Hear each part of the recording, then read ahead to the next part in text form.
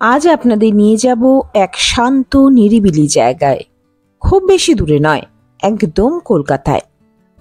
প্রচন্ড ব্যস্ত রাস্তা, প্রচন্ড ব্যস্ত জনজীবন, ঠিক সেই জায়গাতেই দাঁড়িয়ে রয়েছে যেন শান্ত এক টুকরো ভূখণ্ড।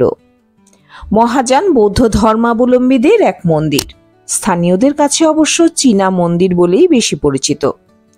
চীনা বৌদ্ধ ভিক্ষু ও পরিব্রাজক হুসেনসাং বা জুয়ানজাং এর নামাঙ্কিত এই মন্দিরটি 1964 সালে চিয়েন উ নামে একজন সন্ন্যাসী প্রতিষ্ঠা করেছিলেন। হুসেনসাং 7ম শতাব্দীতে ভারতে এসেছিলেন শান্তি ও সম্প্রীতির বার্তা প্রচার করতে। তিলজলা থানা এলাকার পশ্চিম চৌবাগায় রুবি হাসপাতালের ঠিক পেছন দিকে রয়েছে এই চীনা মন্দির।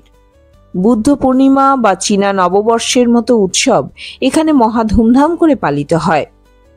শহরের মাঝে থেকেও এই মন্দির যেন শহুরে সভ্যতা থেকে অনেক দূরে রয়েছে। আর সেই কারণেই আপনি যদি একটু শান্তির সন্ধানে ঘুরে বেড়ানোর মানুষ হয়ে থাকেন, তাহলে এই মন্দির প্রাঙ্গণে আপনি পেয়ে যেতে পারেন সেই অপার্থিব শান্তি। চলে আসুন। ভবঘুরের ঝাঁপিতে রয়েছে আরও কিছু সন্ধান। শুধু চ্যানেলটি সাবস্ক্রাইব করে সাথে থাকবেন।